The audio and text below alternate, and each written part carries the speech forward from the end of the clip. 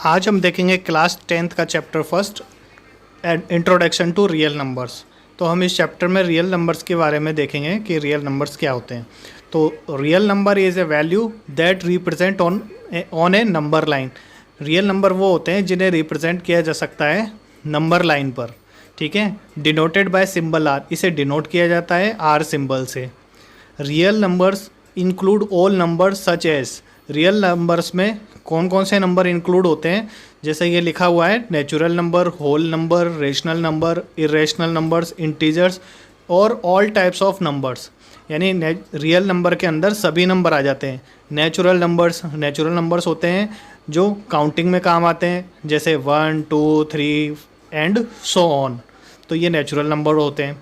इसी तरह whole number क्या होता है, 0 1 2 3 एंड सो ऑन, इन्हें होल नंबर्स कहा जाता है। रेशनल नंबर्स क्या होते हैं, रेशनल नंबर्स जो P/Q फॉर्म में लिखे जाते हैं, where Q does not equal to 0, जहाँ Q 0 नहीं होना चाहिए और P/Q फॉर्म में, फ्रैक्शन फॉर्म में जो लिखे गए, मतलब P/Q फॉर्म में लिखे हों, ठीक है, उन्हें रेशनल नंबर कहते हैं। फॉर एग्जांपल 1/2, 3/4, 7/8, है ना, ये सारे नंबर्स क्या है, रेशनल नंबर्स होते हैं। इरेशनल नंबर्स क्या होते हैं, इरेशनल नंबर्स जो P/Q फॉर्म में नहीं लिखे जाते हैं उन्हें इरेशनल कहा जाता है।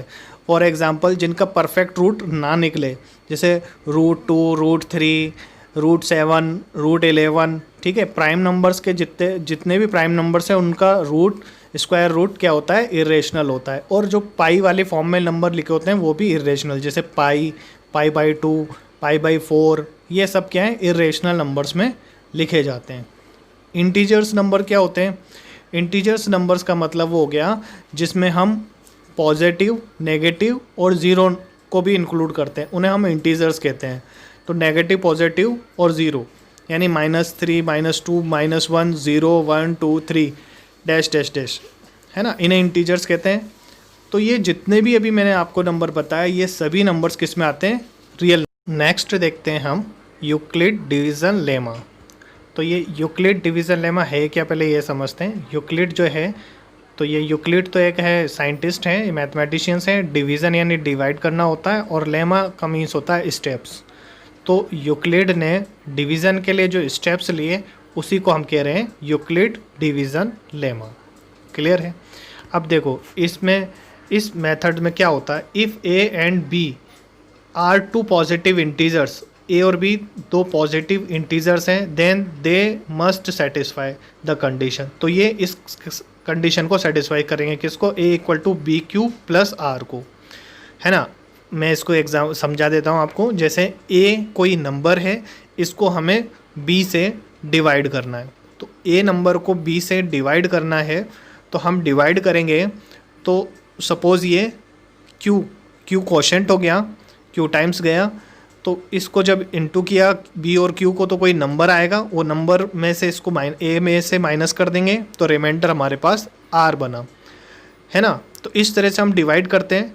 जो जनरल है वो भी हम इसी तरह से डिवाइड करते हैं। अब इसे हम लिखते हैं, कैसे लिखते हैं, B और Q इंटू हो जाते हैं और प्लस रिमाइंडर हो जाता है, ठीक है। तो इस A नंबर को हम कैसे लिख सकते हैं, BQ + R, ठीक है। यही यूक्लिड लेमा कहलाता है ना। अगर हम किसी नंबर को किसी नंबर से डिवाइड करते हैं तो ये इस तरह से लिखा जाता है। अब यहाँ एक चीज़ है, जो ये रिमाइंडर है, रिमाइंडर या तो 0 होगा या 0 से बड़ा होगा, ठीक है। इस कंडीशन, ये कंडीशन अप्लाई होती है, 0 या 0 से बड़ा होगा और B से हमेशा छोटा होगा। जो भी हमारा डिवाइज़र होगा उससे हमेशा रिमाइंडर छोटा होगा, और या तो 0 हो सकता है या 0 से बड़ा हो सकता है। क्लियर है ये यूक्लिड डिवीज़न लेमा, ठीक है।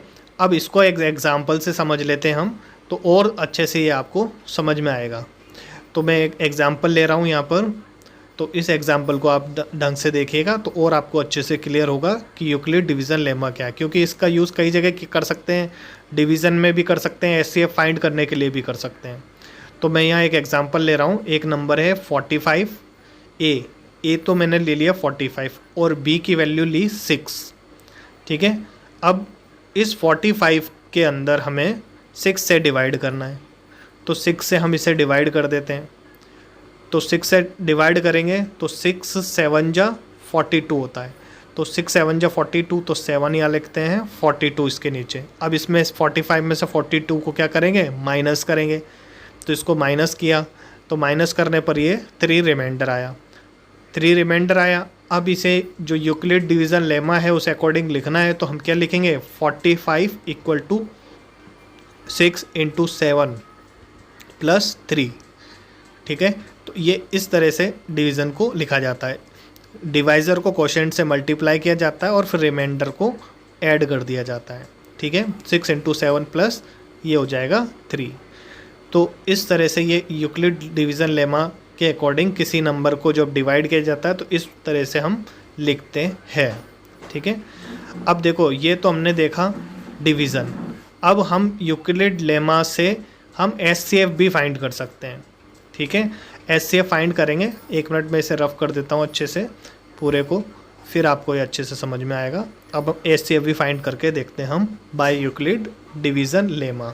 ठीक है, तो हम इसमें एक find the HCF of 125 and 45, 125 and 45 का हमें एचसीएफ फाइंड करना है। हम प्राइम नंबर से भी कर सकते हैं इसको, इसका एचसीएफ फाइंड, बट हम यहाँ पर यूक्लिड डिवीज़न लेमा का यूज़ कर रहे हैं। तो जो बड़ा नंबर होगा वो इसमें अंदर लिखा जाएगा और छोटे नंबर को हम डिवाइज़र के रूप में लेंगे।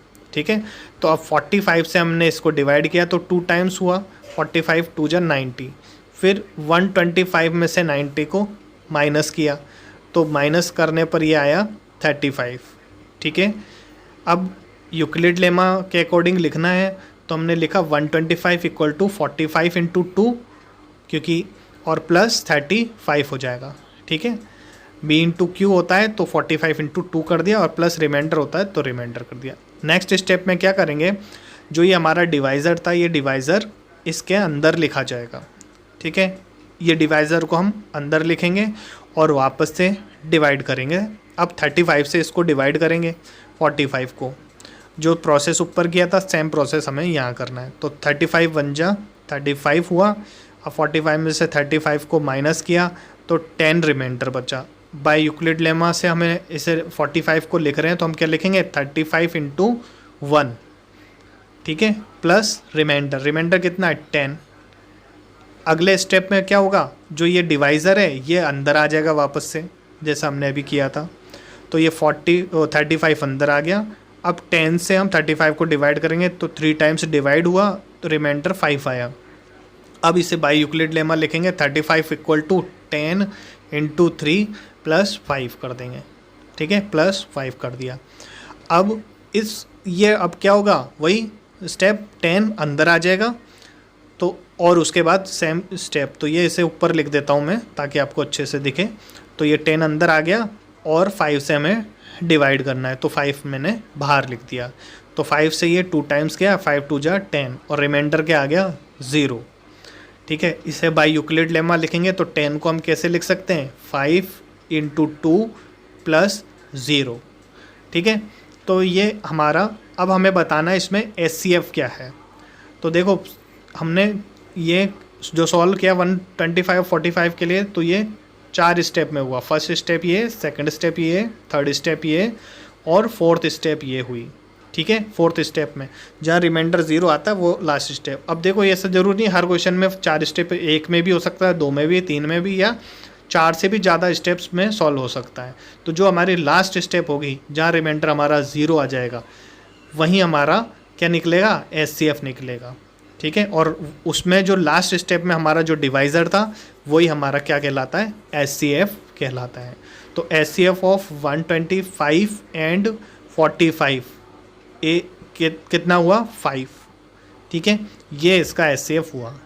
हम प्राइम मेथड से भी कर सकते थे और ये यूक्लिड लेमा प्रोसेस से हमने सॉल्व किया, क्योंकि जो आपके क्वेश्चन आएंगे उसमें लिखा आएगा बाय यूक्लिड लेमा, तो इस तरह से उसे सॉल्व करना है। बाकी हम और क्वेश्चंस देखेंगे तो ये और कंसेप्ट क्लियर आपको हो जाएगा।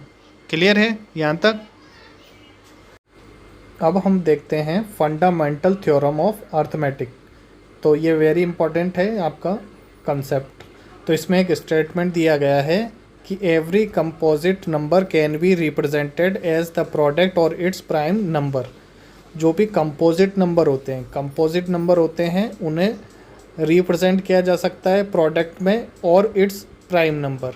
कंपोजिट नंबर का मतलब हो गया जिसके मोर देन 2 फैक्टर होते हैं, तो इस कंपोजिट नंबर को हम रिप्रेजेंट कर सकते हैं प्राइम नंबर्स के प्रोडक्ट के फॉर्म में, इन्हें लिखा जा सकता है।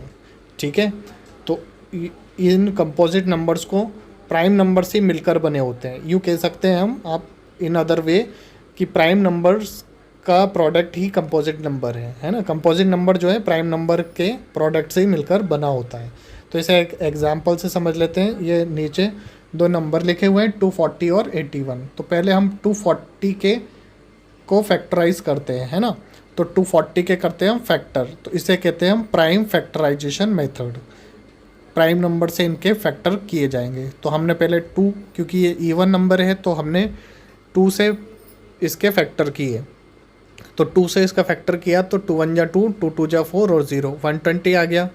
अगेन इवन नंबर है तो फिर 2 से प्रोडक्ट करें, फैक्टर करेंगे तो ये 60 हो जाएगा। 2 6 जा 12 और 0, तो 60 हो गया। फिर 2 से फैक्टर किए तो 2 3 जा 6, 30 आ गया। अगेन 2 से फैक्टर किए इसके, तो ये 2 1 जा 2 और 2 5 जा 15 हो जाएगा। तो 2 1 जा 2, 2 5 जा 10, 1 कैरी हुआ तो ये 10 बन गया, तो 2 5 जा 10 होगा। क्लियर है, तो ये 15 हो जाएगा। फिर अब ये ऑड नंबर है तो ये 3 से डिवाइड होगा, 2 से नहीं होगा, 3 से डिवाइड होगा। तो इसे हम 3 से डिवाइड करेंगे तो 3 5 जा 15 हो जाएगा। फिर अब लास्ट में 5 से ही डिवाइड होगा, तो 5 1 जा 5 हमारा। तो ये हमने 240 के क्या कर दिए, फैक्टर कर दिए। ठीक है, इस फैक्टर को हम 240 को हम क्या लिख सकते हैं, इसके प्रोडक्ट की फॉर्म में लिख सकते हैं। ये सारे प्राइम नंबर है, इनके प्रोडक्ट की फॉर्म में इन्हें लिख सकते हैं हम। तो इसे हम लिखेंगे 2 into 2 into 2 into 2 into 3 into 5। ठीक है, तो 240 को हमने इस तरह से लिख दिया। यही हमारा स्टेटमेंट था। तो हमने सेम इसी तरह से इसको स्टेटमेंट, ये प्राइम नंबर्स हैं, इनके प्रोडक्ट के फॉर्म में लिखा हुआ है। तो इस तरह से हम लिख सकते हैं। क्लियर है कंपोजिट नंबर को। अब जो 81 है इसको भी देख लेते हैं फैक्टराइजेशन मेथड से। तो 81 क्या है, ऑड नंबर है। तो ऑड नंबर है तो इसको हमें 3 से डिवाइड करके देखते हैं। तो 3 से डिवाइड किया तो 3 से 8 में डिवाइड किया तो 2 टाइम्स हुआ और 2 कैरी बचा 21 हुआ। तो 21 यानी 3 7 जा 21 हो जाएगा। तो ये 7 टाइम्स डिवाइड जाएगा, तो ये हो गया 27। इसे अगेन हम 3 से डिवाइड करेंगे, 3 9 जा 27 हो जाएगा और 3 3 जा 9 हो जाएगा। तो ये प्राइम फैक्टराइजेशन मेथड कहलाता है और ये इसके फैक्टर्स हो गए।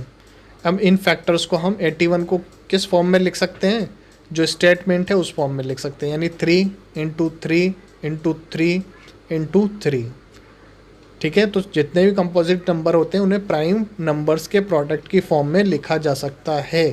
यही फंडामेंटल थ्योरम ऑफ अर्थमेटिक है कहलाती है। समझ में आई आपको फंडामेंटल थ्योरम ऑफ अर्थमेटिक क्या थी?